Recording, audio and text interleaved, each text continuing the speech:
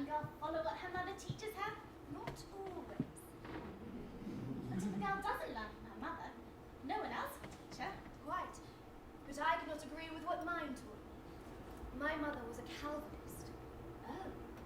But then how? My father, he was a Catholic. Truly. But when you were a child, was that not at the very height of the religious wars? Yes. Did that not lead to some tension? Tension? Yes. 1,000 dead! Please listen. Butchered in the streets! The order came from Paris. And 20,000 murdered all around France! Not that many, not by half. So 10,000 murders is acceptable then? What could I do? You could have stopped it! Just because my brother was captain, that does not mean I can influence You him. are not just his brother. You were a councillor of the parliament. You could have ordered him. No. You could have tried. It had to be done. Since Bartholomew's Day in Paris. The massacre. It wasn't supposed to be a massacre. They were only supposed to arrest the leaders. Women and children dragged from their houses and hacked to death. Yes, it happened. And since it happened, the order came down to stamp on any spark of retribution before they struck back. And you obeyed. You stamped. 1,000 dead outside our door. We were protecting ourselves from them. Would you rather I let them break down our door and butcher us? Them? I am one of them. Would you kill me too? No, never. But would you see me murdered? Our children, Jeanne the little ones. If Jeanne would see what I believe. But she doesn't. No. I'm afraid. Yes. I'm afraid for your souls. I'm afraid for yours. But you are so bright-hearted. For one whose past has been filled with such deep shadows. Perhaps. But the past is not an essential matter. Forgive me, I'm leading you away from the vow of silence. I'm a poor example for a postulant to follow. Not at all. You're a shining example to us all. Everyone is filled with wonder and dedication. I merely fulfill my duties. But duties that someone even still in the glow of youth can find arduous. Why, you are twice my age. A little more, I think. I'm 46. As much as that? And leave aside the fact that, well, the life you have lived. I have lived a good life, it is true. One that has not suited my constitution for the rigours and the demands of the life of a religious. But that is the past again. What matters is the now. And the hereafter. Yes, the hereafter. However brief that might be. Before the eternal. We are speaking again on matters that are not essential. Yes, it is a difficult discipline to master. That it is. The house of my childhood was always filled with talk, debate, conversation. Even more so when my uncle came to visit. He was an astonishing mind. Perhaps you've heard of him, Michel de Montaigne. The philosopher. He was your uncle. My mother's brother. But he did not hold the new doctrines as she did. Oh no, he followed the true religion, no matter what it nearly cost him. But that mind of his kept his body and soul together. Lord Michel, Thank you. Sister! Sister! The most fantastic things happened. My neighbour came to murder me just last night. Michelle, are you alright? Yes, good, good. And how are you? Are you injured? Not at all the peak of health, but thirsty from the road. Very well. Some wine? Please. Some wine, please. Certainly, madam. Thank you, most kind. Michelle, what do you mean your neighbour came to murder you? Exactly that. It was just coming on twilight, and there was a great commotion down in my courtyard. Michelle, do you still not keep the gate to your chateau closed? Well, of course not. It only encourages thieves to think you've something valuable to defend.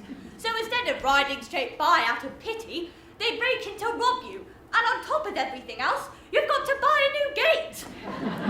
So anyway, I looked down into my courtyard, and there was my servant, quarrelling with this figure in the gloom, all strapped with axes, done up in a coat of mail. Oh, is that my wine? Yes, sir. Thank you. It's Marie, is it not? How's that old dog of your brother's? Still hunting? Oh, yes, sir. Thank you, Marie. That will be all. Yes, madam. Have you seen that dog at work? An absolutely remarkable nose. Please, try to stick to one topic. What was this commotion? Yes, my neighbour. He was arguing with my servant. He had some story that he needed sanctuary because some men were after him. But my servant knew the man was a Protestant and had no love for me. I have tried to open a dialogue between the factions locally, but it is not easy, as I am sure you are both well aware. Tell me, your own disputation about Jeanne's path in faith. You are still at loggerheads? Oh, we rail at each other, but make little headway. Especially about Jeanne. Well, if you must fight, you must fight, and shout and scream if needs be. But when all that's done, you must talk. That is key. But what do I know? At least that's the stance I've taken with my local difficulties. Mind you, just between ourselves, if my chateau and lands were owned by someone who was not alive, my neighbour would be in a very good position to annex them. My servant knew all this and was quarrelling with the man because, well, to be candid, even I thought the whole thing smelled somewhat fishy. So what did you do? Oh, I let him in. You did what? Uncle! Jeanne! Here's my favourite niece. I heard you come to visit. Yes, I'd made a special effort to drag myself away from my library. And what a lovely sight greets me. That's such a pretty dress.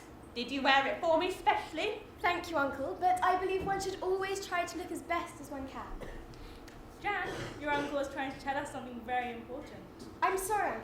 What were we saying? Oh, I was just telling your parents about some murderers who came for me last evening. Some murderers? How many of them were there? I thought that was just the one man. Well, that was just the thing. Not long after I'd let him in, there was another clatter from outside.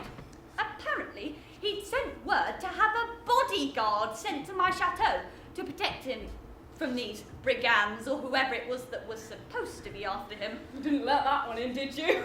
Well, of course I did. And the next one, and all the rest.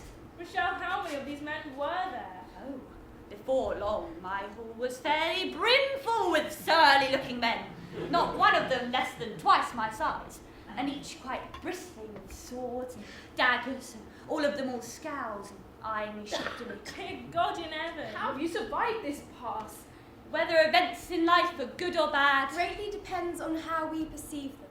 huh, it seems I quote myself, and once too often at that. Perhaps just a little.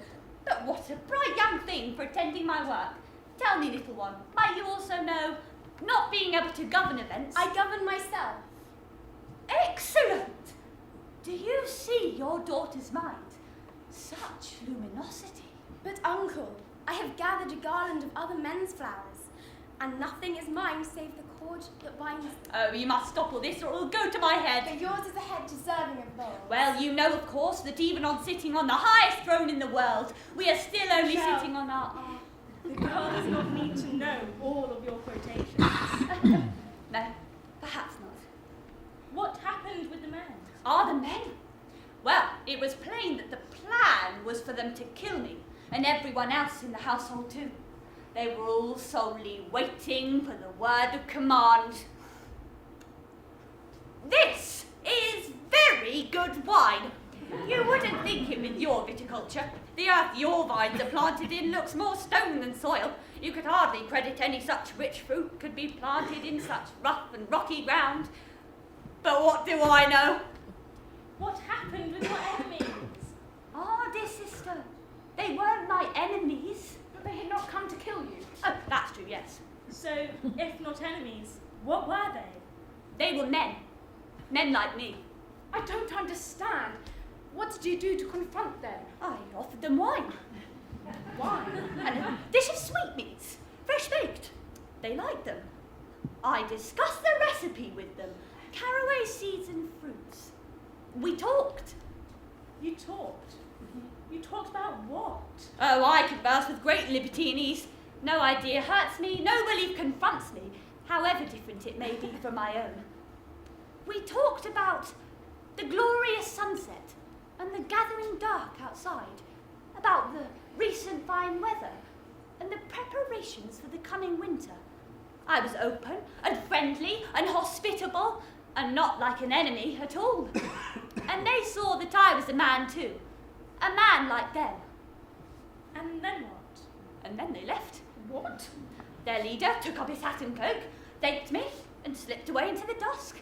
The others stood around for a while, bemused and fingering their weapons, but with no one to give the final word of command, it was clear that none of them had any great urge to snuff me out. So, one by one, they too slipped away into the dusk. They decided not to kill you afterwards. Yes, but if I'd thought of them as enemies, it would have all ended very differently. It's easy to kill an enemy. Indeed, if you do not, then your enemy may strike at you. It's much harder to kill a man. If I ever have an enemy, I will remember that they are in heart truly only a person, just like me. But what enemies could you have? You truly are a most insightful and delightful child. Why, I declare it, you are not like a girl at all.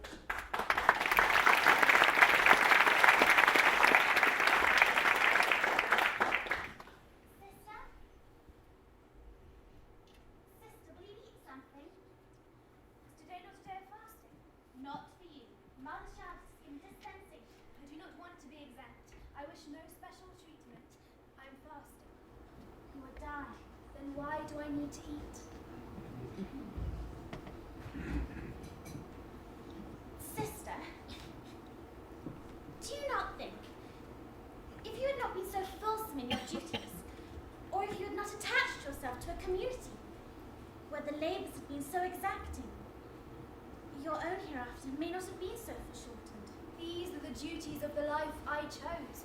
I do not make the rules in this house. It is a pity that the rules were not made, so that a woman of only average strength could also answer God's call.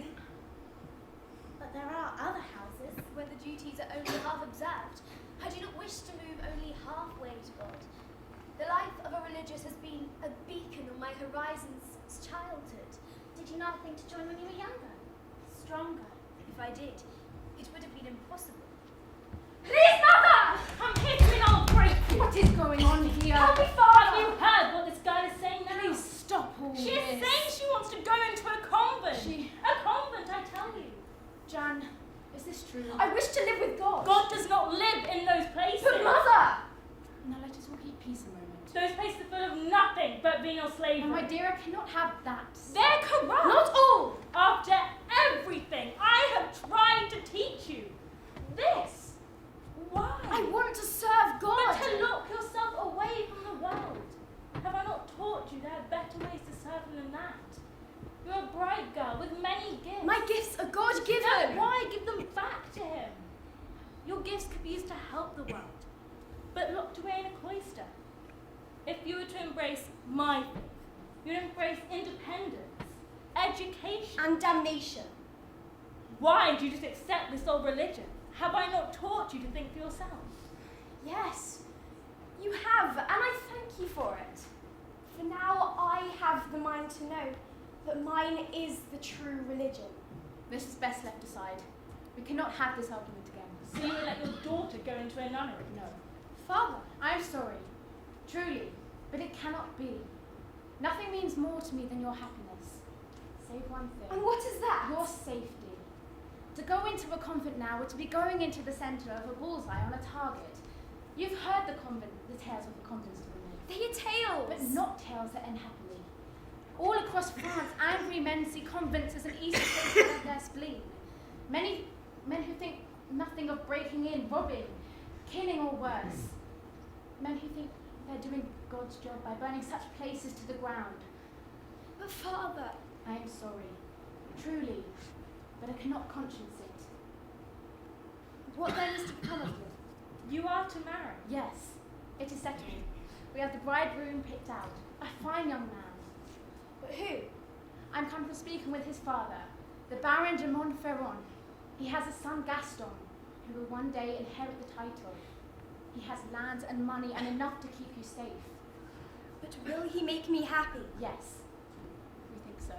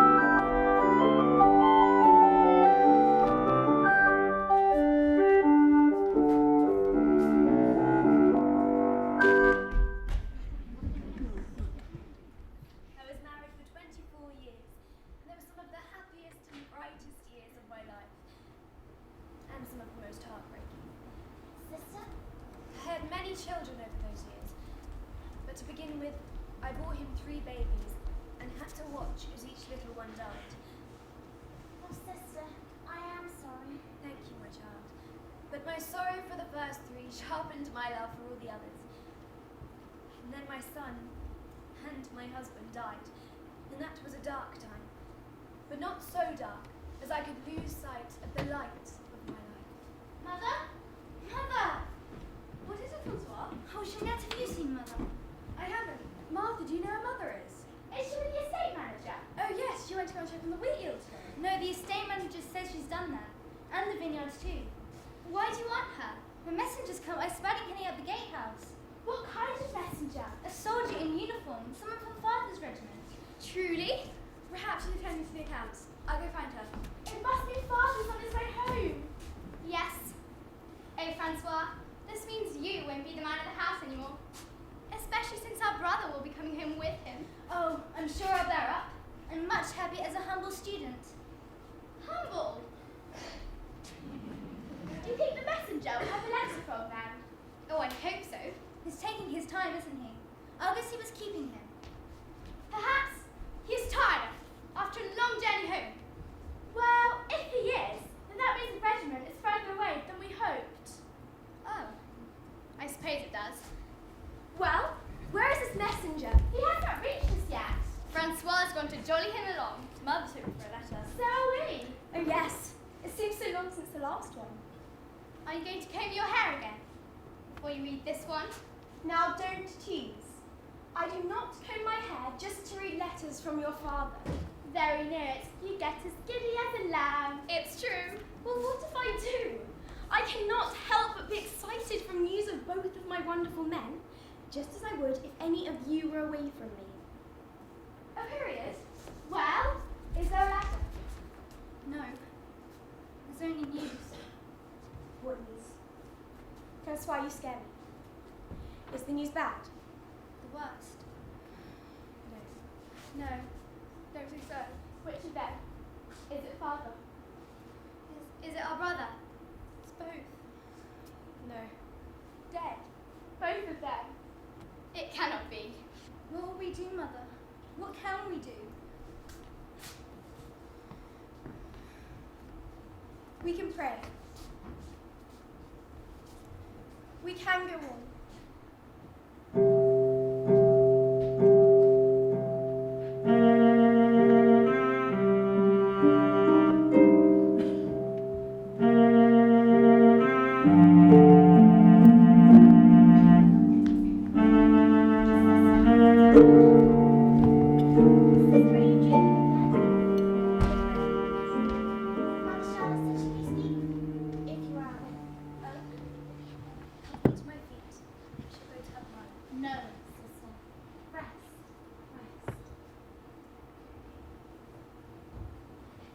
Why should the Mother Superior come to me?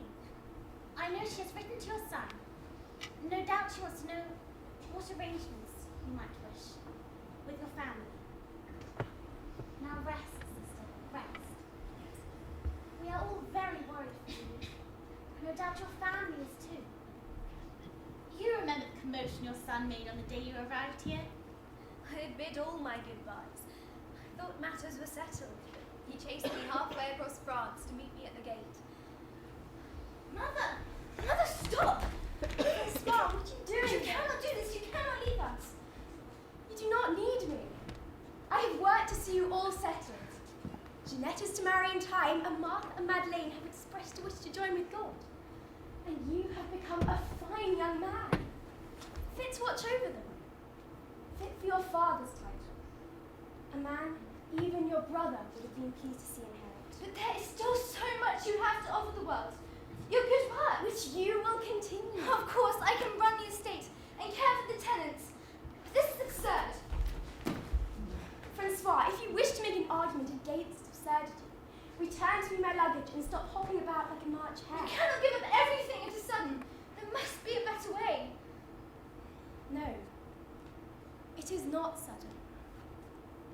I held a supper for some friends, some little time ago. A mother of a boy for Jeanette and some others, a Franciscan priest. It was a good supper. We talked of this and that, of justice and of penance.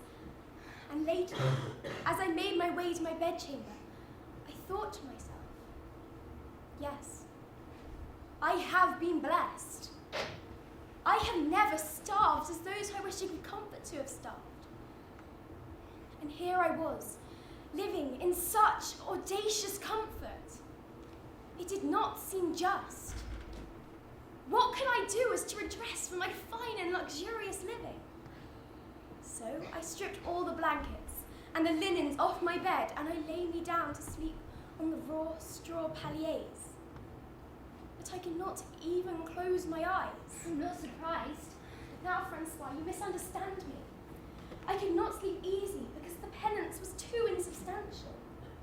How should one night of discomfort weigh out against my whole lifetime?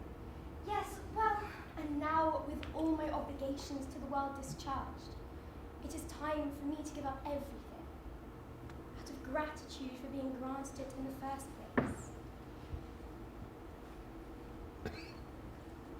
Here then, if you are certain, go with God and my blessing.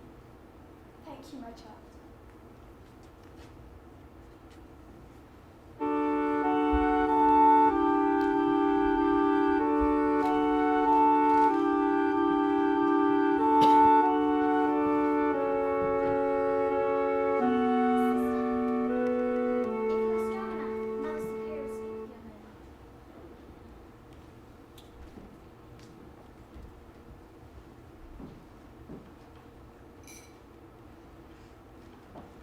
No, please. Say, Miss Strand. Mother Superior, forgive me. My strength seems to have failed me for the moment. 'Tis no matter. You have given all your strength in the service of God. Thank you, Mother. It is not a matter for thanks. It is a matter of fact. I have spoken with the physicians. In the short time you have been with us, you have simply exceeded the limits of your constitution. It is remarkable. I have never complained. Indeed not. Your cheerfulness as you have pressed yourself beyond endurance is a thing remarkable in itself. All I have done is endeavour to work tirelessly at my labours in praise of God. But you are not tired. You are exhausted. Now you are to die of it. If that is God's will, then so be it. Yes, if that is God's will. Yet it was enough for God that Abraham took his son up to the mountaintop, that he stayed the night there before blood was spilled. Mother, You have been with us only half a year. I cannot but think he might have a better purpose for you than this. but all my life I have wished to live in community, to live with God. Even if living so is killing you. No, I cannot allow it. But I feel it in my heart. God has led me here. And he has used the shadow of death to see you led away. God will not be so contrary. He would have had his reasons. God's ways are not ours. Please, let me stay a little longer. If you stay, you will not live any longer. Then let me die here. You cannot send me back to live out in the world again. I have written to your son. He tells me your lands include a quiet mill in the countryside. You are to be taken there to rest and regain your strength. And begin to try to discern where God will next lead you. Mother, please. Lord, God, infinite in mercy, consoler of afflicted hearts, allow your servant to unburden the anguish of her soul in your presence. My Lord, have I been through so much trouble to reach the promised land, to only see it without entering it? My God, have I been deceived when I thought I was following your will, or do you have some other designs over me? Speak to me, Lord. In a flash you could direct my thoughts and steps along the path you wish for me. If I could be sure that it was your hand that pushed me forward and pulled me back, then I would be consoled. If I have been unworthy due to my infidelities, I am ready to make my penance. Where shall I go to seek you? Tell me, and I shall fly there without stopping. I was unable to unite myself to you in my youth due to the disorders of heresy, and afterwards I could not possess you completely in the pomp of the world. I am dismayed and affected at not finding you even in my solitude.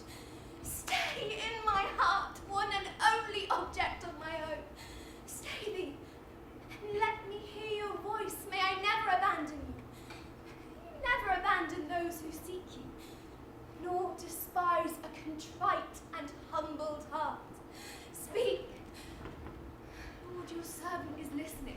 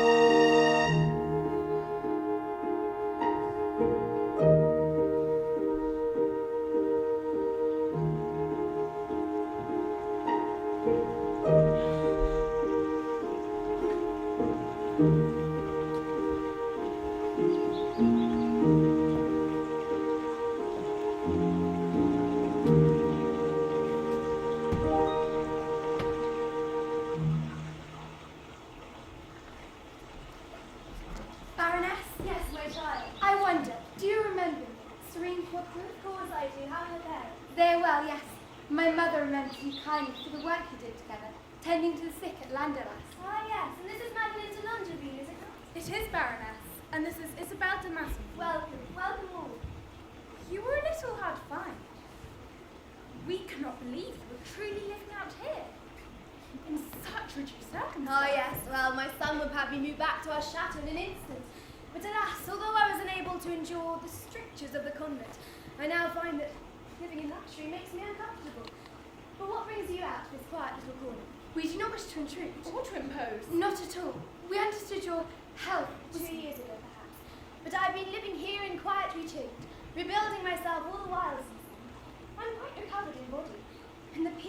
solitude has enriched my spirit. The waters are tranquil. They are.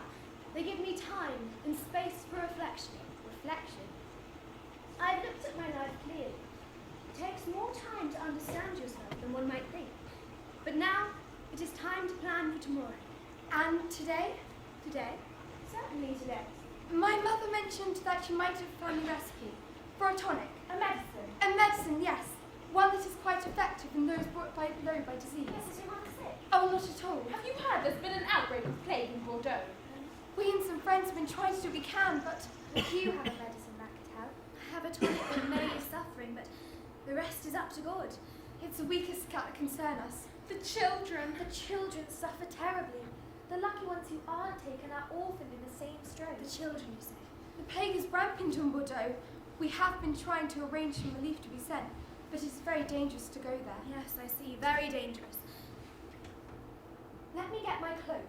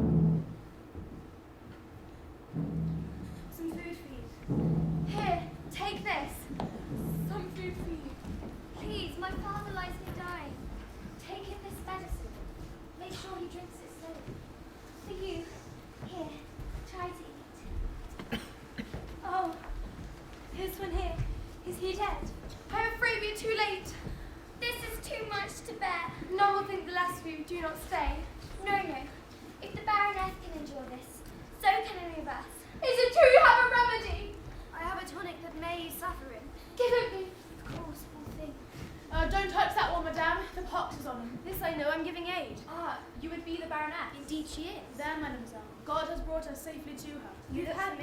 We've heard of the work you've been doing here. Baroness, it is a joy to have found you in all this sorrow. We were inspired to help, but we looked for you at the hospice. Yes, well, many are too weak or fearful to find the place, so we must travel to them. We too have been distributing food after your example. But there's only so much we can do. Please, help me.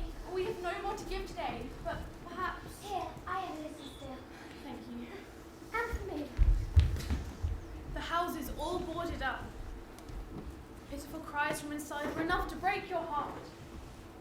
We passed in through all we had through some small window. A young man, still alive.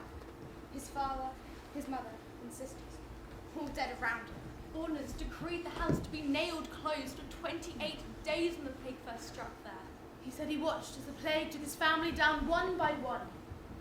But it was starvation took his sister. Oh, merciful God, for that it were not a common story. It is no wonder those who have the strength choose to drag their loved ones out into the streets, rotten and unclaimed, or is to risk containment if it is discovered that the plague is in their house. Please. I am sorry, I have no more to give. Nor I. Give me some of that remedy. I have one last bottle left. That's not enough. My mother and father were both dying. Get back, you beast! Please restore this poor creature needs medicine. That is amazing. But don't let it touch you. Set the bottle on the ground and let the wretch shift for itself. I need more. Show some gratitude to the We do not do this for gratitude. We help because we can help. Very admirable for them as can afford it. For myself, I would beer except the only employment to be found in the city is digging graves. Every businessman is either dead or fled. Now, do you have any more aid to distribute? For today, no. Then I'll suggest you return to safety before depression finds them the strength to rip you apart. Go on, get out here, go on! or I won't bury a single one of you. Go on, get out of here.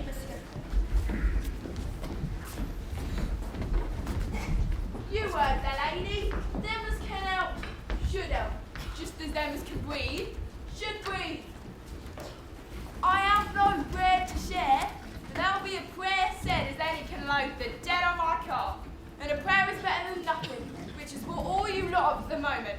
Can't say fairer than that.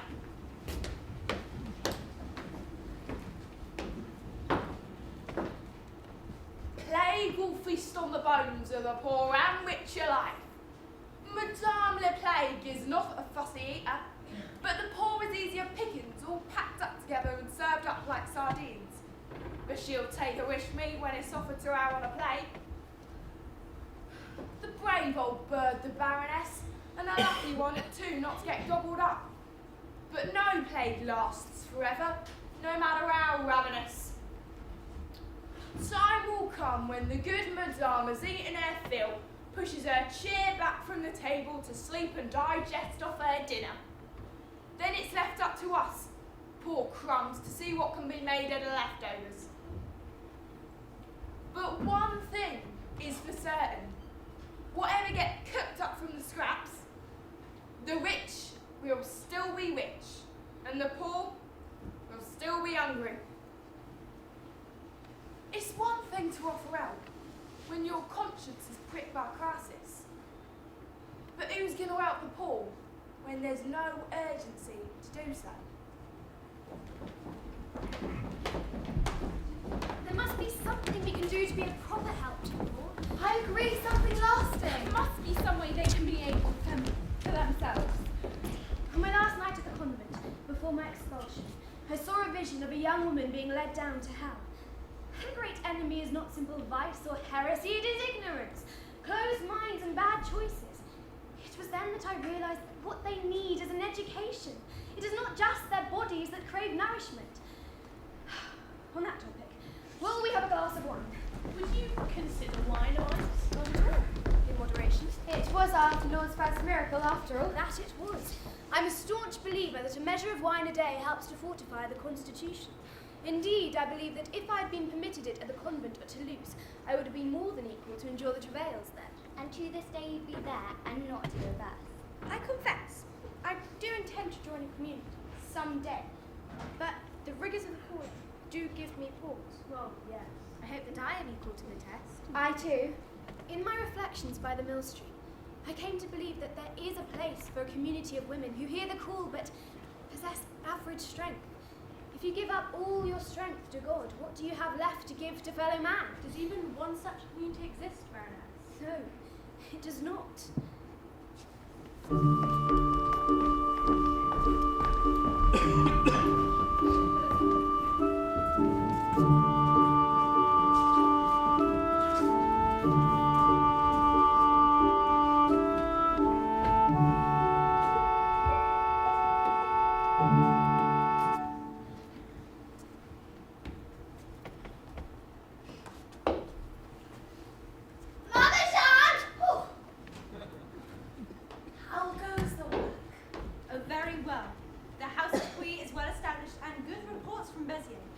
Will you take my chair and rest yourself? Take a chair from one more venerable than I. Oh, well, perhaps for a moment, if it is no trouble. Of course, dear friend. And the other houses? Poitiers? Poitiers is settled and strong, but Toulouse is still proving a challenge. I have a bequest here that on close examination seems to be entirely dead. Well, if God wills that the order should expand so. Quite. And there are women out in the world which do wish to follow our example. It is just a question of securing the right lands. God will provide. Yes. He is generous, and it is with gratitude that I apply myself to the paperwork his generosity creates. I am only sorry that my eyes will not let me be of help to you in that. Yes, I do believe truly. That is the only sorrow you bear, at the dimming of your eyes' light. I can see the wonders of creation with no distraction. In my mind, I can see a work unfold more beautifully than any flower. Tell me, did you ever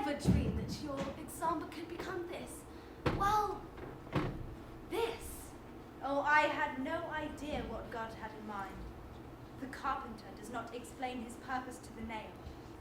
I nearly followed where he led me, and listened patiently to whomsoever he brought to my door.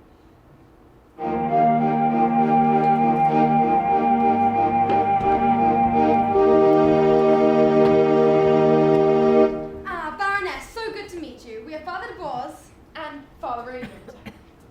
We do not wish to take up any of your time. We have approached so many people. We are running out of names. We were wondering if you might be able to suggest someone who might be suitable to approach. We are looking for someone who'd be prepared to act as a patroness. A woman of a certain standing to help us when enterprise was trying to get underway. Yes, well, I suppose I've come into contact with such a woman at my charity works, but what is the nature of this enterprise? You have spent some time among the poor, I think. Oh, yes, I do what I can to help. Ah, good, yes. We'd heard as much. What do you make of them? Of specifically the young women. We are most concerned about Their them. souls are in danger, we fear. We fear they're running Yes, wild. well, they are of particular concern. I've often expressed as much. So you have? Indeed. It's most gratifying to find a like mind.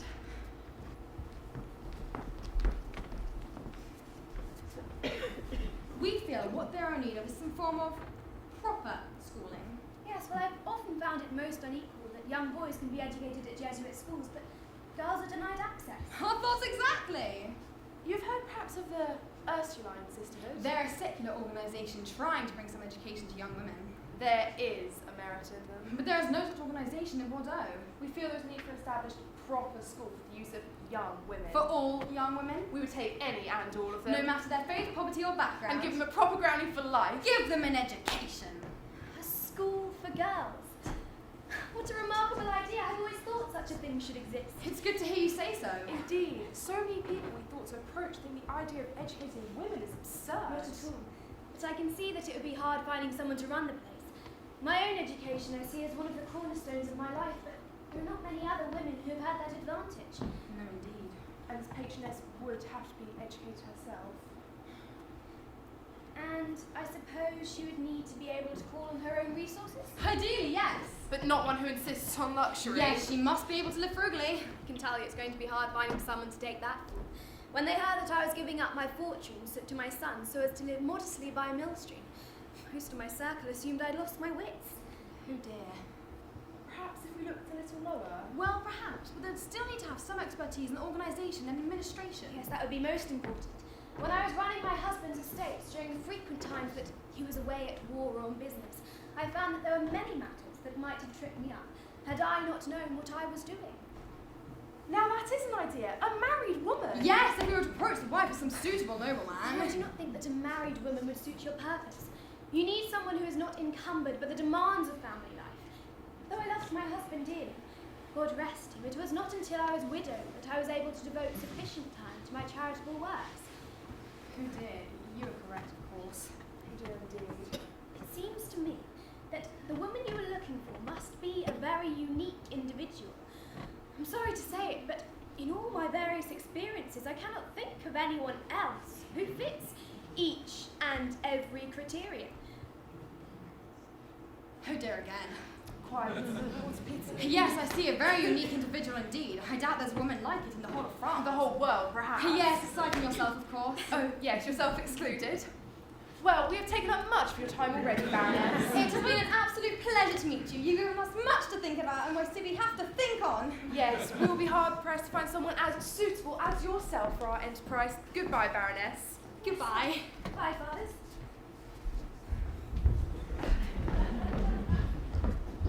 Mother Jeanne, did you not think it a little odd that they did not realise? It is not for me to say. Though the obvious candidate was. It did give me cause to wonder. And yet you did not. Modesty forbids. I suppose they may have thought to spare your dignity. Then, more than now, it was not considered the most venerable occupation. I have cleaned the pustules of the poorest victims of the plague. Becoming a teacher would barely be much more ordinary. It seems a stroke of fortune that they ever realized you were the one. It was more than fortune. It was indeed a miracle.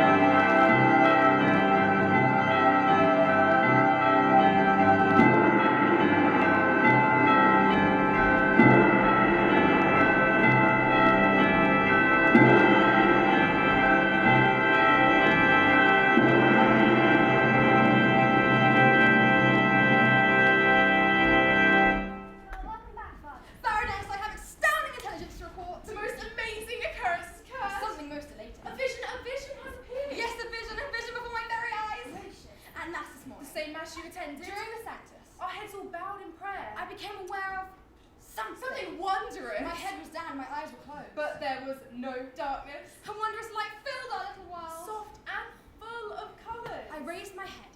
A rich, warm luminescence was everywhere around. All the dark corners had been driven back by gentle brilliance of every hue. And there, at the heart of the brightness, her figure stood. It was St. Peter, the very life of him. Such radiance in her face, such wisdom, such judgment, such benevolence. Her true vision. Praise be. And from his cloak of light, his arm, his hand, his finger, lifted as to point. I blinked back tears of joy and tore my eyes away to follow where he showed me. He was indicating a certain figure, knelt too among the congregation.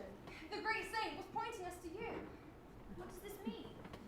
We have been in conference ever since, and the meaning is very clear. You, Baroness, you are the one. I? We know your profession is not the most salubrious. Do not take our meaning wrongly. We do not wish to imply that you are any way feckless or despairing. Or a drunkard. No, we do not wish to offend or insult you. But Baroness, might you consider being a teacher? They were a little surprised that I wished to set up an entirely new order to oversee the school, following the example of the Mother of Christ. But once they were persuaded to the cause, they were indefatigable. They worked to help me get everything in place, securing funds, laying plans, and even finding allies. They sent me to you.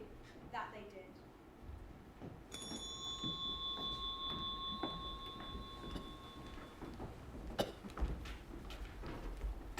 Baroness? Yes, my child. Baroness, my name is Margaret Wather. I wish to offer myself humbly to your service. Please, my child, there is no need for this. Get up, do. You are to be the foundress of a whole new order. I wish to offer myself as an aspirant, if you deem me suitable. That is as may be, but the matter is far from settled.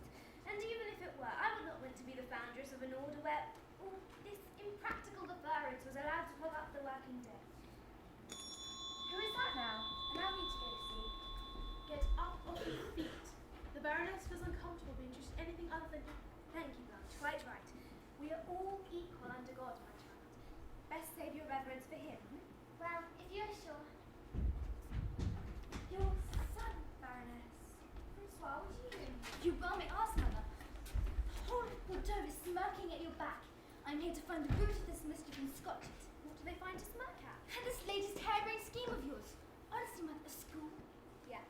But for girls, it is no wonder the drawing rooms and cafes of the district spring out with laughter. What do I care for the opinion of the multitude? They only scoff out of ignorance. Indeed, I would expect it. After all, they lack education. Oh, you know they can read the normal Toulouse. You lasted barely half a year there, and that's against my better judgment. My humility is my own concern, and my only direction the path God lights me. Oh, what is the pretense of a religious order? It is no pretense. We wait only for favourable judgment from the cardinal. But you honestly think he's likely to grant it? I think it would be very bold of him, but it would be the right decision. The wrong decisions are so much easier to make. That is why people make bad choices after all. Well, if this is the path you've chosen, it's clear you haven't chosen it because it's easy.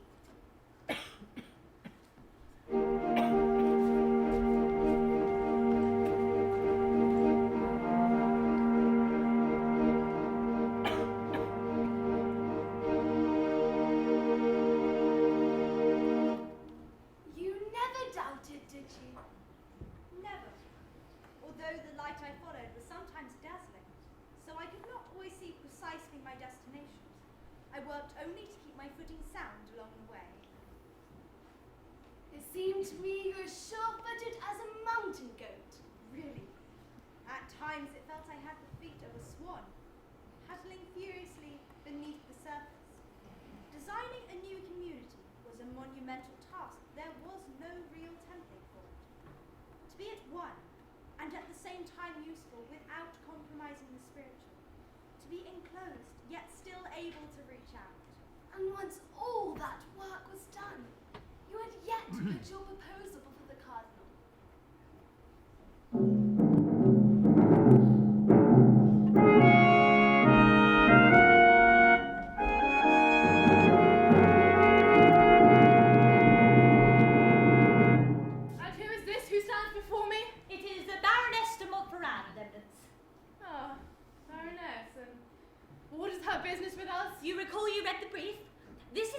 who's proposing to set up a school for girls.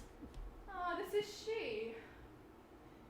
Is she not aware that such a thing has never been done in Bordeaux? Well, I suppose. With respect, would you inform His Eminence that I'm well aware that it has not been done before, and ask him that if he does not believe, therefore, that it was high time it was. Very well put. Cannot argue with that. This is an idea whose time has come. But there was more to the proposal than just a school, as I understand. Yes, a new community of religious. And on very different lines than anything that has gone before. Well, I should say so, with a harmony between contemplation and action. Develop this. I do not think that a religious should have to pray in her spare time, nor spend so long in her devotions that the business of the day suffers. Your solution? Simply, Eminence, work should be prayer. And dedicated to the Virgin Mary? Who better as an example of the raising of children? There have been many saints who have been But educators. it was Mary who kept the Christ child safe, protected and loved. I do not intend to merely educate these children. I wish for them to grow and to know what the world is and what their place in it could be. And do you intend to restrict these educations to Catholics alone? No, of course not. What would be the point in that? We must reach out a helping hand to all. Are you a troublemaker, Baroness? No, Eminence, Then why all this upheaval? because it is needed. I couldn't agree more. I believe we need a mission like this. And you, I think, are the perfect woman to undertake it. Eminence is too gracious. Good, good. I can certainly see no problems. You have the notebooks. These the proposed principles of the Institute, and these the community itself. Hand them to my secretary. I shall read through them. Return in 2 days' time and we shall speak further to sort out the details. That was a bright day for all your dark foreshadowing. Yes, it was. But how little I realised how the cardinal had the power to swiftly plunge me into the blackest of night.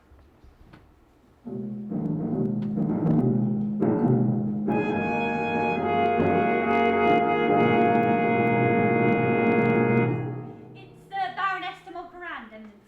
Ah, Baroness, you have returned. Good. I have given your proposal the deepest of thoughts and, on reflection, I have decided to go the better path. Eminence?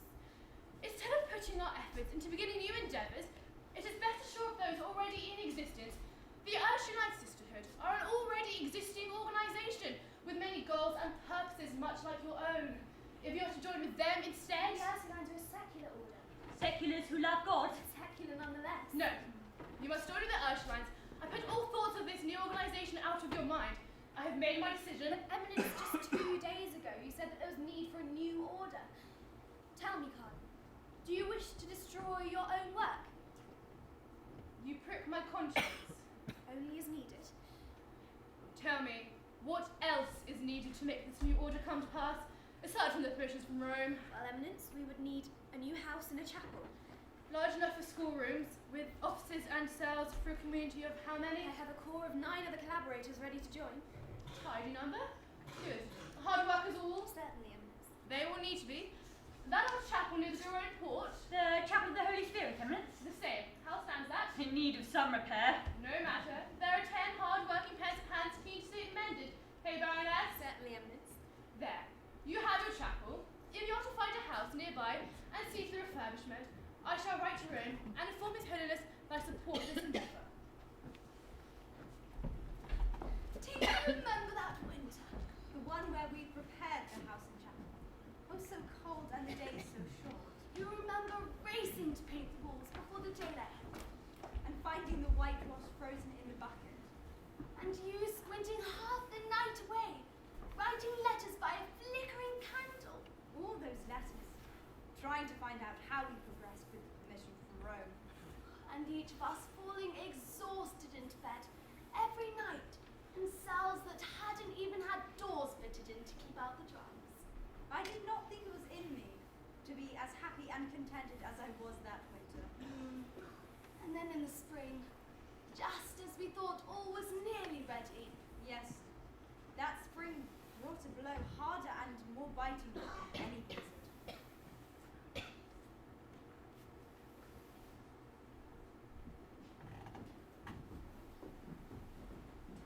Baroness? Yes,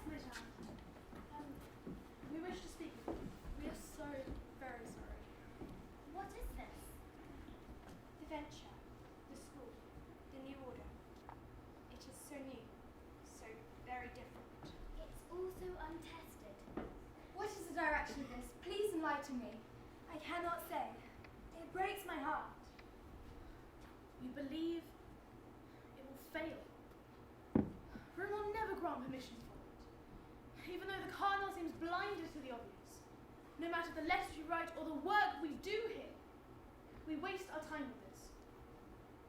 And we cannot continue. And we must go home and leave this folly behind us. This is the opinion of you all, if it were my choice to make. But my father forbids me. I am sorry. Please, don't give up now when we are so close. Please talk to them. I've never had any hint or suggestion from God that he was setting an easy path for me to follow. I could not blame any of you for finding that you could not go on further. I thank you for all the support and comfort you've been to me. I thank you for all the help and strength you've given me in getting this far. And I know it would be greedy of me to ask more. Go, with my blessing, and know you'll always be welcomed back should you return.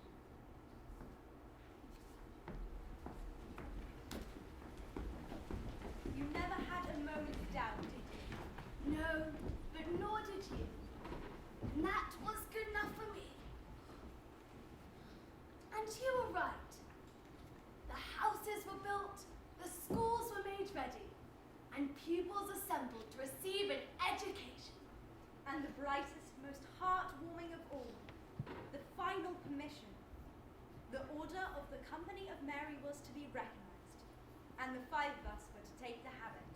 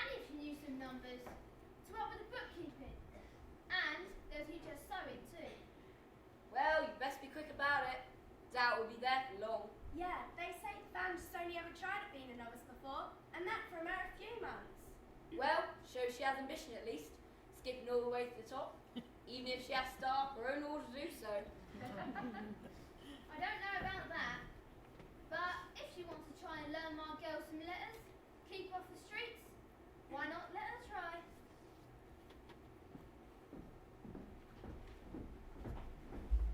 Baroness? Who's there? It is us, Mother Jeanne. My lost children, what is the cause of this joy? You've heard what the populace speak. They pipe out that old song. Let them sing it. In time, I hope to show them by example that they have learnt the tune off key. We think perhaps you may need some help with that chorus. Do you now? Yes. We have come home again. If you will have us. We offer our most humble apologies. We shouldn't have doubted. Can you forgive us? Of course I can, my children. God always forgives, and who am I to put myself above him? Come inside. Come inside. Welcome.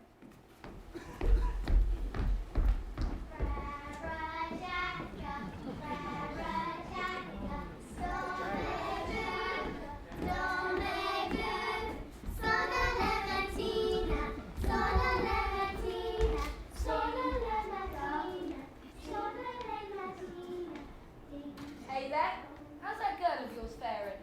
She'll soon know enough letters to write to my brother in Lancashire. It'll be so pleasing to get word from him, let know all is well. Maybe I might think about sending my girl along. I wouldn't send your daughter of mine. Don't seem right to me. Is it true she'd be thrown in with all manner of heathens at that school? Well, yeah, that is true. They'll take any soul presented. But it turns out there's not so much to fear of them Protestants as you might think. Do you say? Why, she brought a little classmate home with her the other day. The most charming and well-mannered little soul you could hope to meet. And it was only after she had gone that I discovered she weren't of true faith. But she ain't stolen nothing. Or spread any hint of sedition while she was here. I might even let her back in the house. Oh, take care. You'll be murdered next we hear of you. Oh, I don't think so. Apparently, it's good to rub and polish your mind against that of others. Keeps it sharp and bright. Does it? Oh, it's a saying that the founder's his uncle. Oh, I don't know him. I wouldn't send your daughter of mine. That school is hard by the barracks and the docks. It seems the soldiers and the sailors are in competition for the most suggestive comments and volume of wolf whistles and catcalling they can produce as the young girls pass by.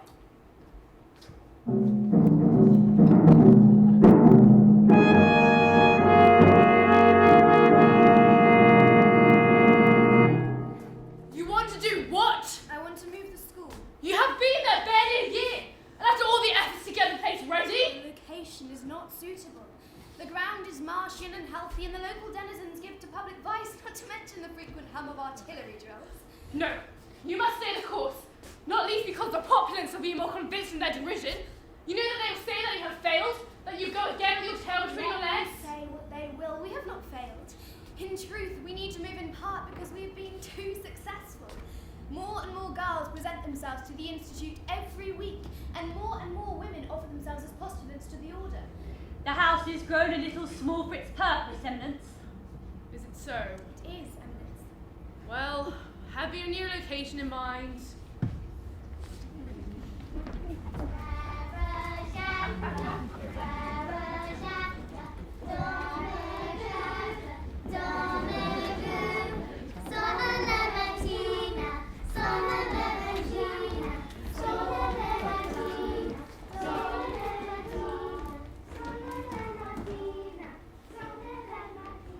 Is your girl having new classrooms up on our street?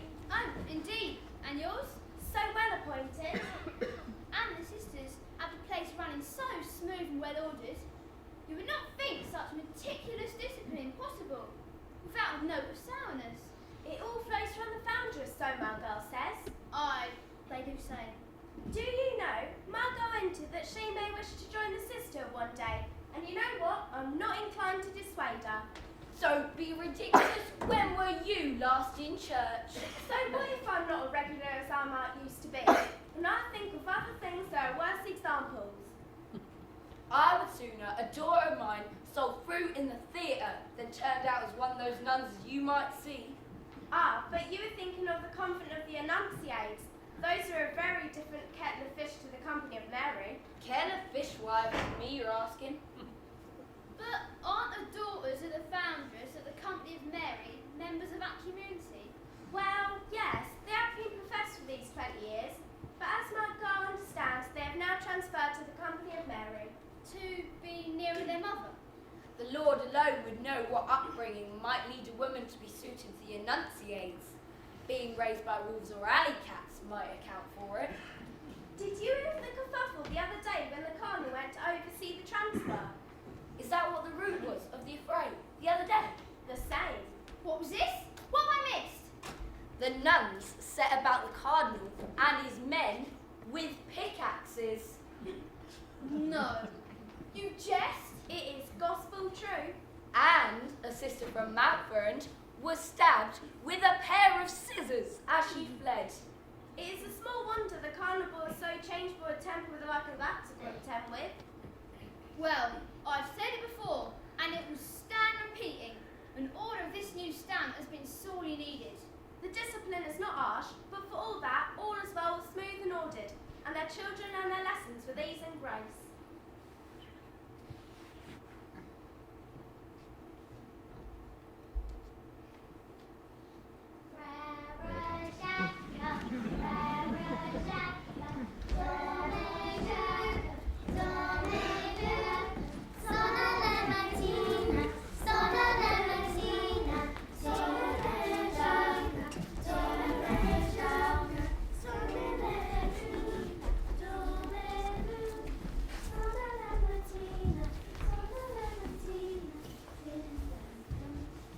Very good, little one. But of course, to know the facts is just the beginning. The only reason that you learn a fact is so that later you can argue and discuss a topic as if you had the book open in front of you.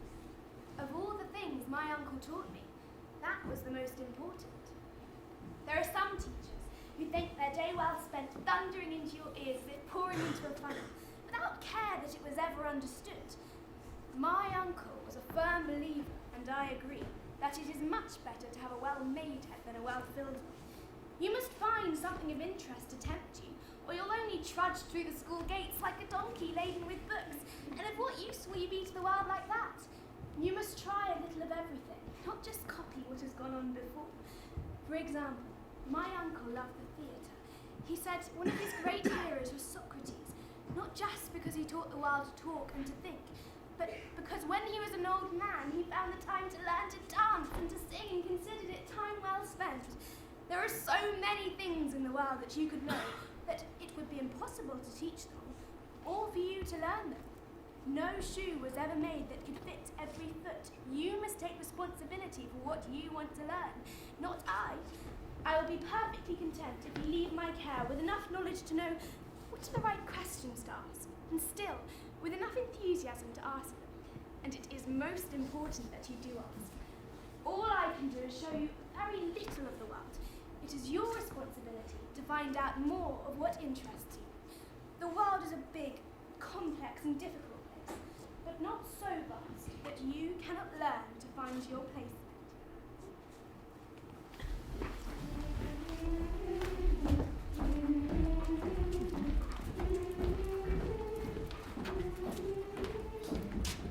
How goes the world with you? I've had a letter from our father in Languedoc. Oh yes, go up to read it. She did. And can you ever guess at the news? Would it be there's another school to open there? Yeah, it's confirmed. So this with another school in Guyenne, Auvergne, Poitiers, and is there one in Bern? It seems there will be. How many does that figure out to? You should get your girl to help you with the numbers. Ha ha ha, indeed. You know what you should do? Tell me. Get your girl to help you to write to your brother in Languedoc, and tell him to enrol your niece without delay. You maintain this enterprise will not last either, I suppose. Not at all. But if he is not quick, the schoolroom may be filled, and their neighbours will have the advantage over. No one will want a stupid wife. Oh,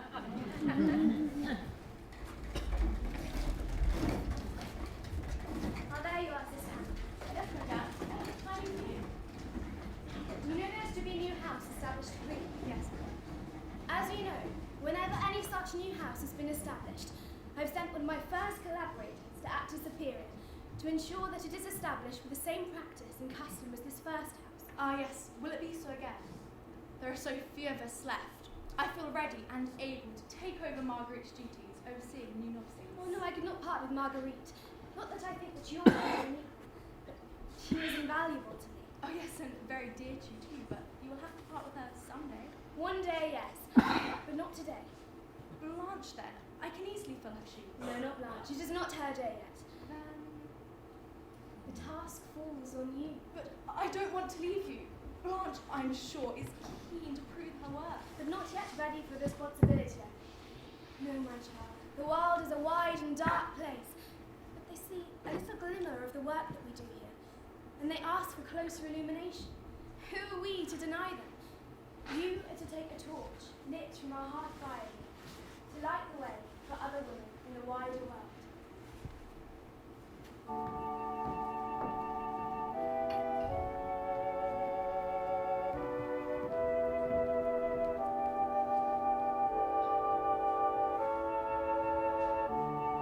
And the light did spread from that first tiny spark that was lit in my heart, one that grew and burned and glowed until it became a bright beacon to shine out across the darkness.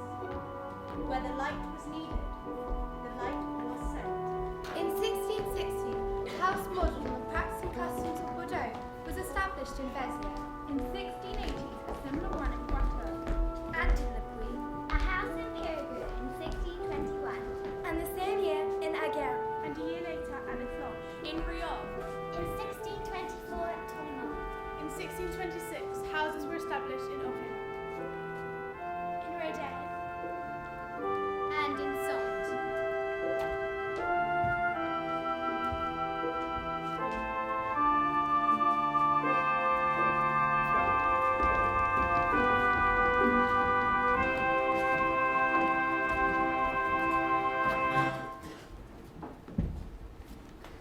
Now, with each new house that was created, whether it grew from the mother house at Bordeaux or was seeded from one of the new branches, each first had to wait and go through the wearisome back and forth of getting the proper permissions from Rome. Now, during this first period of expansion, Jeanne spent a lot of time visiting these new ventures to oversee their foundation. She wasn't often at Bordeaux. Many of the new initiates and novices did not really know her. Perhaps that was how the whispering was able to spread.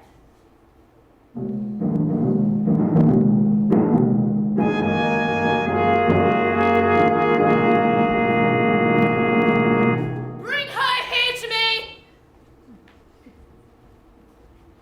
Eminence? Mother Jeanne, I am told you are seeking to cut my authority away from me. Who has told you this? I shall not name the spy I have in your camp. Do you deny that you intend to sever yourself from the authority of Rome and put Bordeaux at the head of the order? No, I do not deny it. Aha! So you admit you seek to subvert my authority? Not at all. If anything, I seek to strengthen your authority. What?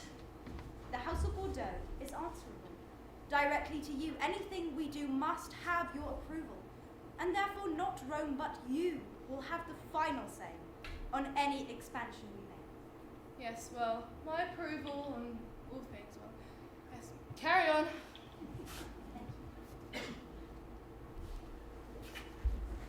And so, Jeanne continued her duties at the house on High Street. It is true her nature favoured smooth practicality wherever possible, but when the Cardinal's spy sent him her account of the improvements she had made, he was incandescent with rage. Immediately, he went to see for himself. Where is it? Where is this insult to my authority? This affront, this stain! What can you mean, Eminence? That doorway that you have constructed to the outside world! The kitchen door? That door is in direct contradiction to the rules of enclosure! It allows religious and seculars to come and go as they please. But it does not open into any sensitive area. Before it, all deliveries to the kitchen had to come through the school and the convent, but now... Be quiet! That doorway is to be bricked up. Mother Jeanne, are to be stripped of your role as superior. Let that be a lesson in my authority. As you wish, Emma. Yes, let the sisters elect someone more suited to join them. Perhaps someone like Sister Blanche here. She at least has soon shown that she has the interest of the order at heart in bringing your transgressions to my attention.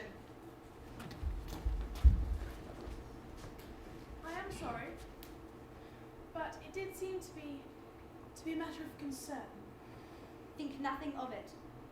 If those were your honest opinions, then you have acted perfectly properly. And so, Blanche Day was elected Mother Superior. She had a coterie of supporters gathered round her from the intake of the newer religious. She was the only one who had been there from the first, the others having been assigned to houses of their own. And there was need for continuity. So in truth, who better? As for the foundress, it was up to the new Mother Superior to assign to her whatever role she saw fit.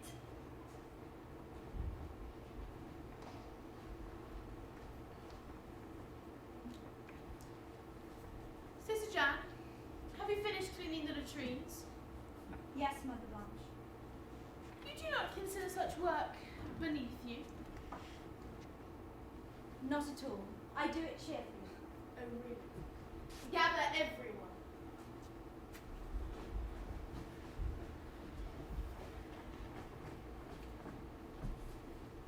Now kneel. Mother? Kneel. Do you know why I set you this task?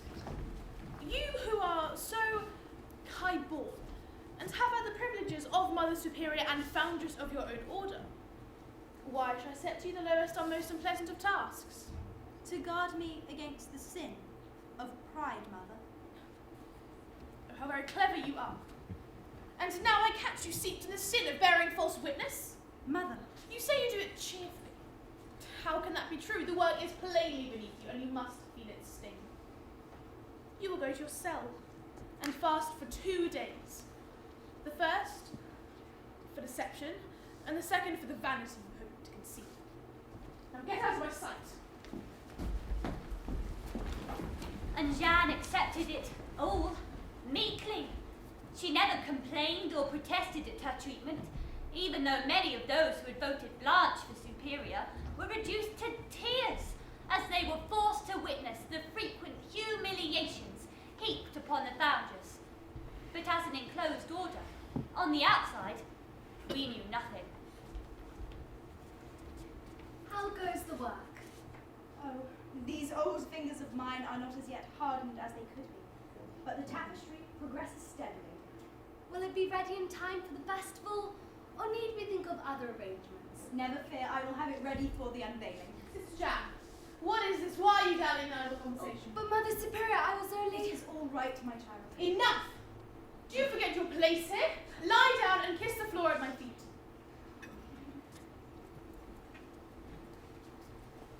You are all too free in your disposition. And you, a very distraction to the other sisters. You will go to your cell, and you will not speak to anyone. You will write no letters or receive a word from anyone. Now go. Your very presence is a disgrace. Be gone! And so it was. Jeanne de Lestonnac, to all intents and purposes, vanished without explanation to the outside world. 3 years.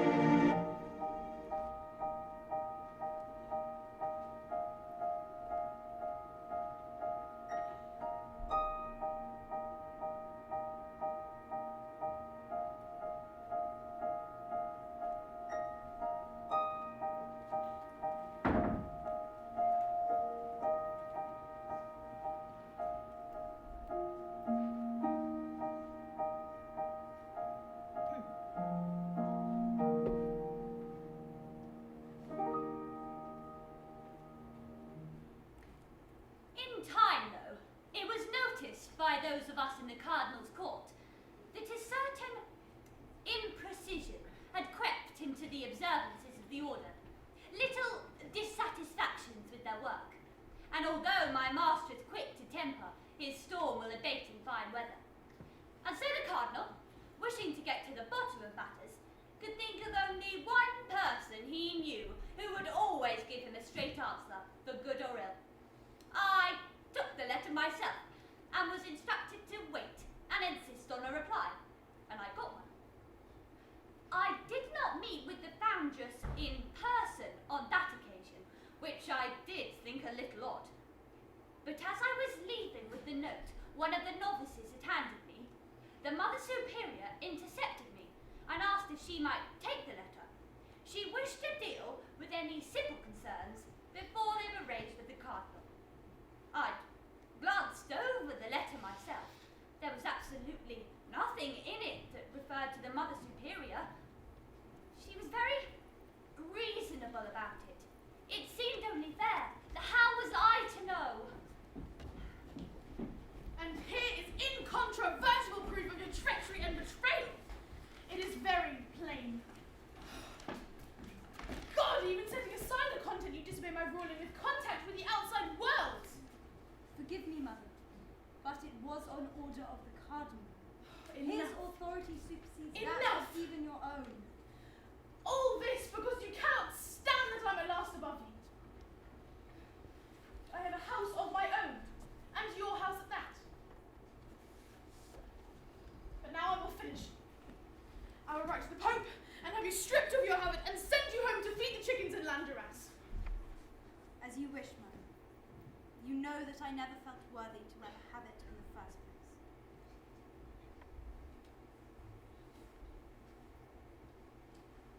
But how is this possible? Where does this humility come from, and why can it not be broken? Answer me. Please. I know that I am nothing. I have felt the infinite love and peace of God fill my heart. I have known His graciousness, mercy and forgiveness envelop me. To know all that He is and to set yourself beside and to compare is to know that all human pride and vanity is absurd.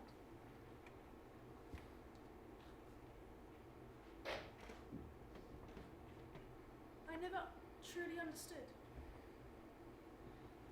I tried to.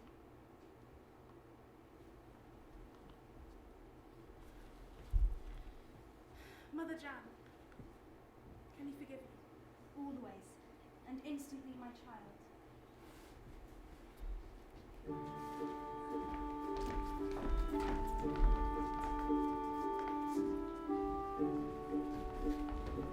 Although she'd been entirely forgiven, Notre they stepped down as Mother Superior to do penance for her wrongs. As the foundress, she declined to take up her former position, preferring instead to spend the remainder of her years visiting the many regions who had heard of the work she had begun and wished to emulate her example.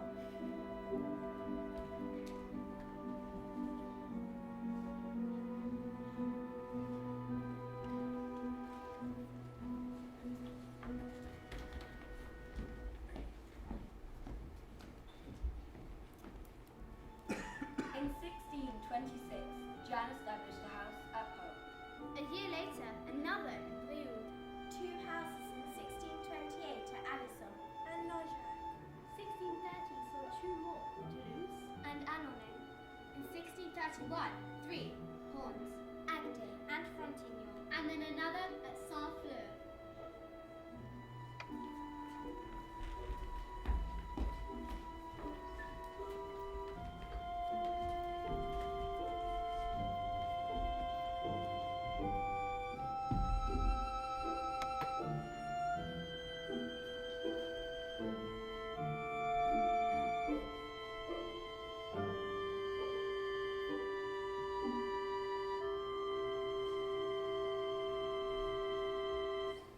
Praise God for tranquility and an open sky.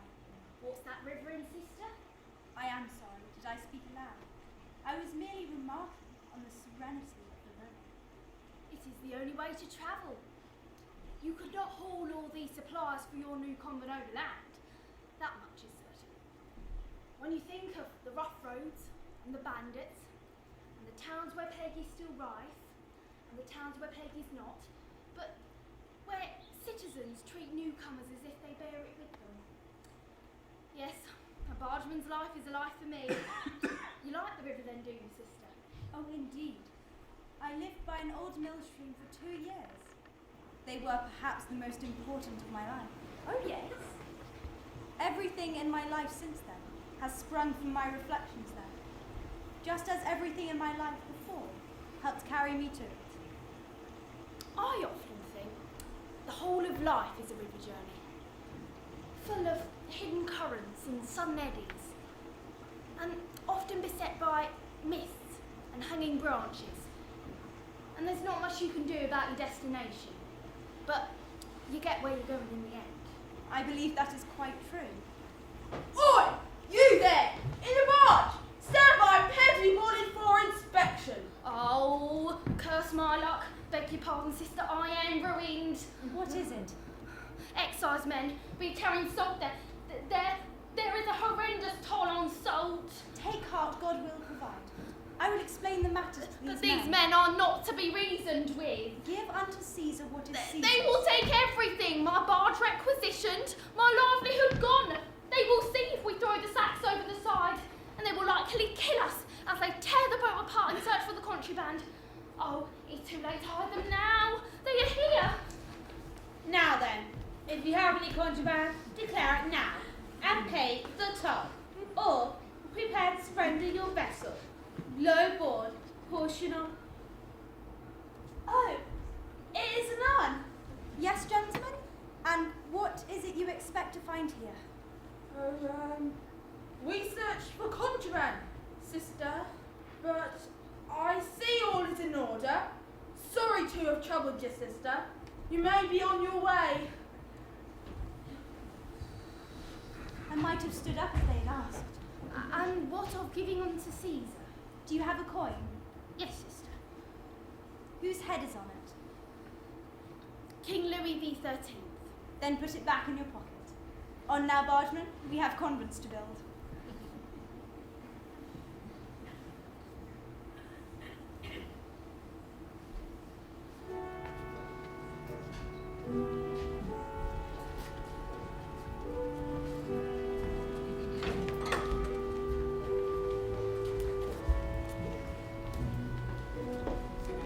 Each house that was established set up schools and convents of its own.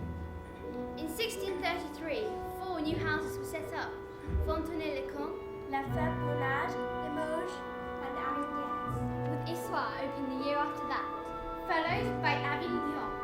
In 1637, Saarland had its own house, then Saint Afrique in 1638, and Narbonne in 1640. In her last days, with 30 convents, schools, and missions, Jeanne returned to Bordeaux, to the house where it all began.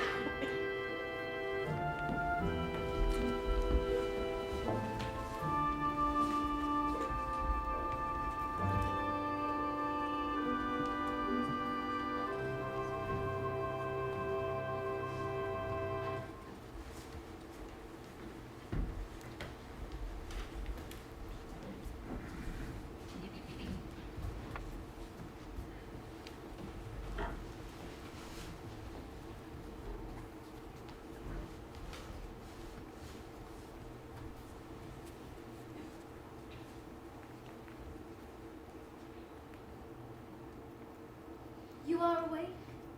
Is it not the great silence? Not yet. But soon. Yes. Rest now. Close your eyes. Yes.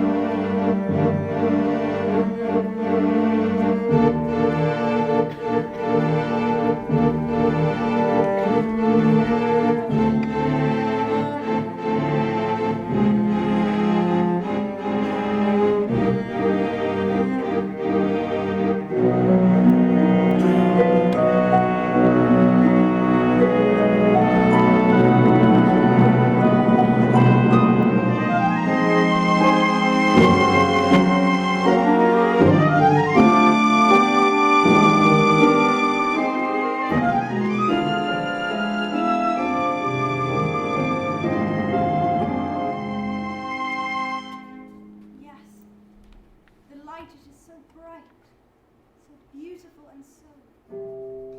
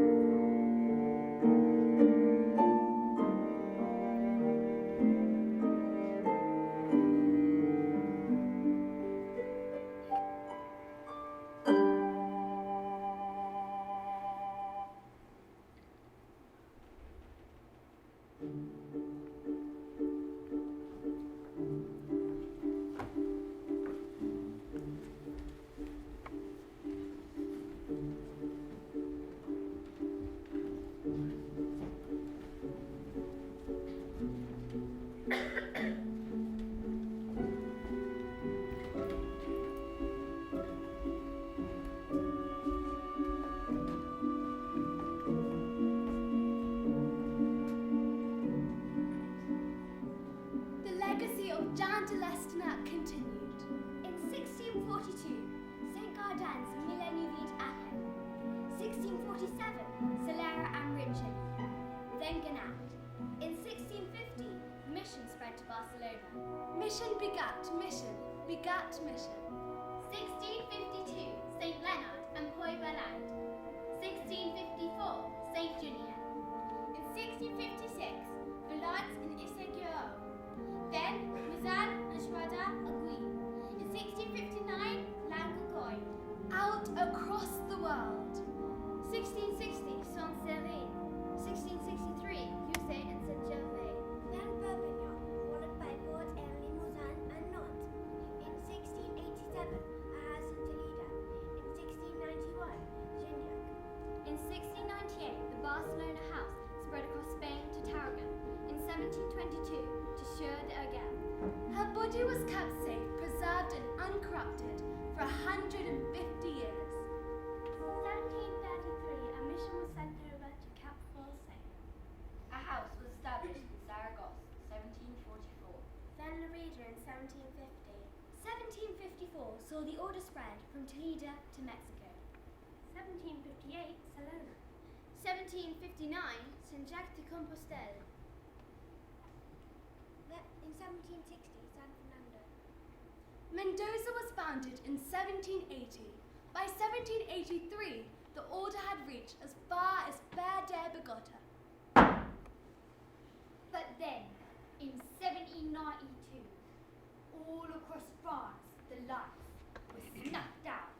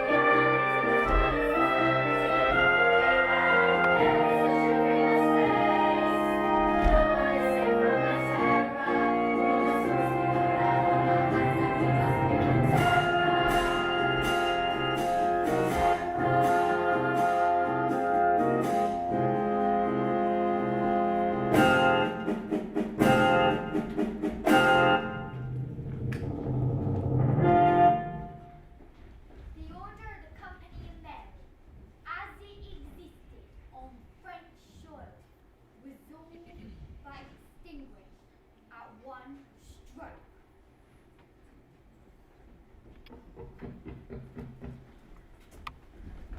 Quickly, get these things to the cart and go. They have almost broken down the front door. Yes, sister, but where will the car go? There is a man agreed to hide at the second, not me. Go, see they get them. Yes, sister.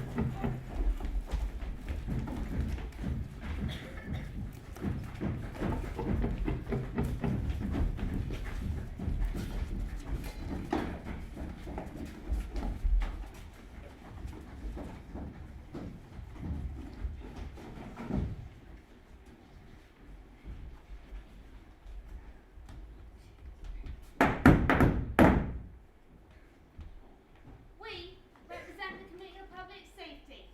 This house and all its furniture and chattels have been declared property of the people. The occupants thereof are to surrender immediately and be delivered of the oppression of their spiritual delusions. Never. Very well. Arrest them all.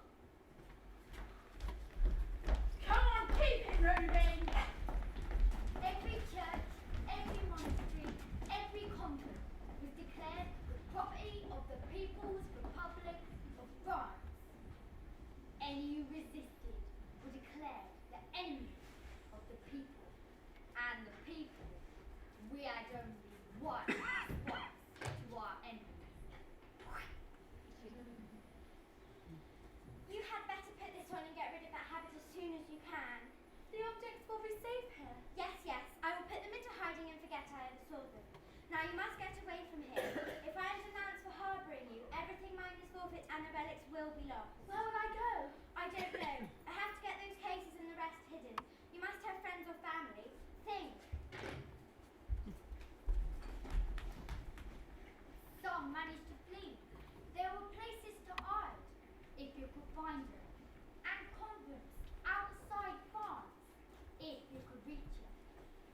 But even then, the sisters at the Haitian convent of Cap Français were exterminated without ceremony. I was a kid at the time, and a loyal citizen, you can be certain of that. But I wondered if it were preferable to be murdered in a moment than to sit in jail and wait for the attentions of Madame Gilligan. Who's that knocking out there? Let me in! All right, hold up.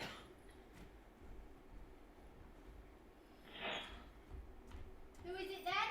I don't know, just some woman. Blimey! Sister Marie, but you had escaped. Where would I go? To my brother's house and have him denounced? To try to run? How far would I get with no money or no friends? Or could I deny my faith and take my chances in the world without God? No. My friends and family are here. I would much rather be executed here with them than starve on the streets alone. Well, if you're sure. Best sit with the others. Don't give me any trouble, or else. Yes, listen. Don't mind Jack. His bark is worse than his bite. I think you taught that door to say numbers, remember? Oh yes, of course. He even lets us out from time to time to help with the children. Under strict parole, mind, and an armed guard. Watcher.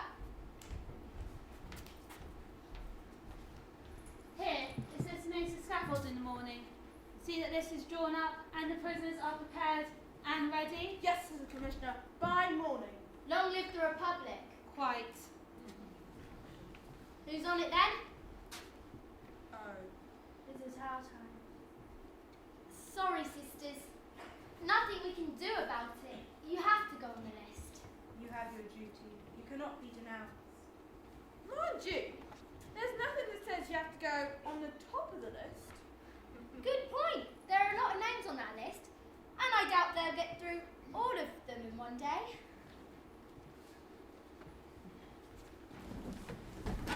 3 times the sisters of Bordeaux were put on that cart and waited and watched as the baskets filled with the eggs as the sun crossed the sky, and as dusk fell and the heavens darkened, they were taken back to wait their turn once more. In all the terror of all the sisters at the house of Bordeaux, Madame Guillotine claimed the head of only one.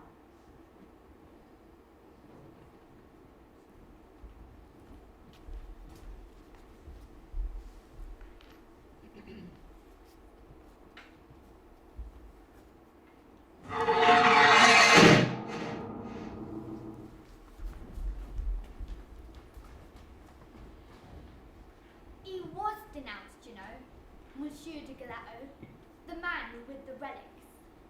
But nothing stays hidden forever. It took 3 years, mind. Missed all the chalices and books and what have you. There was a big old case for a musical instrument. When they got round to opening it up, you know what was inside? A body. They didn't realise whose at first. Looked like she'd only just died. But these were the mortal remains of Jeanne de Lestonnac. Dead 150 years. Still perfectly preserved. Well, they couldn't think what to do. And so they took the body to the town hall. And people came to see and pay their respects. And it started getting out of hand. Who are all these people? What's they doing here? They're just ordinary people, you know, not people. They've come to see the body. 150 years dead and not corrupted. They've come to pay their respects. But the town centre is impassable. Nothing has moved for days. There are a lot of people. Well, she's working fondly. All the schools she started, and helping the poor and ordinary. We cannot have this. This smacks too much the cult of reason. Take the body out back, dig a hole, and bury it. Oh, right. And see if you can find something, a dead dog or cow, something big to throw in the pit of her, something big that will speed up the rot. Well, that's that then. Bit harsh. Better get a shovel and get her shifted. You, kid! Yes, sister? You look near enough to squeeze through those crowds. Go fetch us a shovel and meet us out the back. Yes, sister.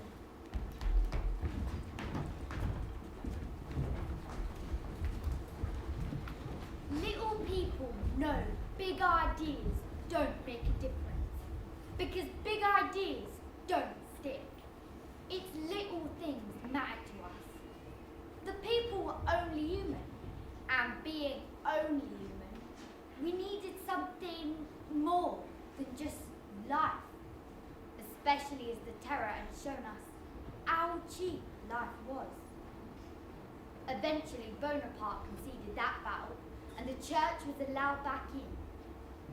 There was a nun, one nun, by the name of Mary Therese de Tourelle, who had escaped to the convent of Serre de Urgel. She came home to find nothing but ashes. But she stirred up the cinders and found some charcoal still glowing, and it was enough to light a little fire. First one house was reborn, then another, and that house sparked another, and on and on. From one little house in Bordeaux, all those years ago, the light shone out across the world. But there was one thing still missing. Is there any good news? Any hope? Found the bones of the horse they buried it with, but the body itself, there was nothing. Then it seems the Reverend Mother is truly lost. They didn't bury her with the horse. I'm sorry, monsieur. They were supposed to. They were good men and loyal. But when it came to it, they didn't have the art to desecrate her like that. You need to dig 2 paces to the left. How do you know this, monsieur? Huh. It was me who fetched them the shovel.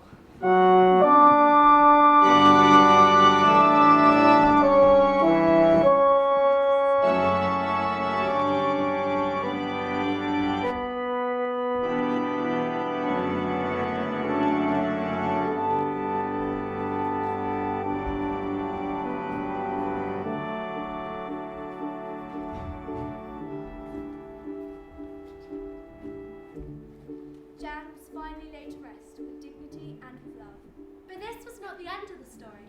Far from it, for Jeanne did not care about herself. For her it was the work that mattered, and the work never stopped. Her light never dimmed. It was carried like a torch, passed from hand to hand, up to all the darkest corners of the world. To Africa and Asia, to South America, To North America. across Europe. In 1937, a school in Cobham, England. The order continued to grow, spreading across the world, offering help wherever help was needed. Not just in schools, but in each different area, they would go and find out what was missing. And like a candle in the dark, Bringing Jeanne's light. And teaching. If you can help your fellow man, help him. And if someone tries to stop you, Persevere. If you see someone in distress, Reach out your hand to them. If you see someone weaker than you, Make them stronger. In 1900, Jeanne was beatified. and finally, in 1949, Jeanne was recognised as that which those who had loved had always known. She was declared a saint, and her light burned ever brighter. the Second Vatican Council of 1965 opened up the churches and convents to be more in step with the modern world. The order was no longer enclosed and so freer to reach out. And the wearing of the full habit Which was proving impractical in the heat of the Congo, for example. was no longer necessary. Today, the sisters distinguish themselves with nothing grander than a plain and simple cross. Over 2,500 sisters across the world continue the work of St. Jeanne de Lestonnac in the 300 missions and keep her flame alive.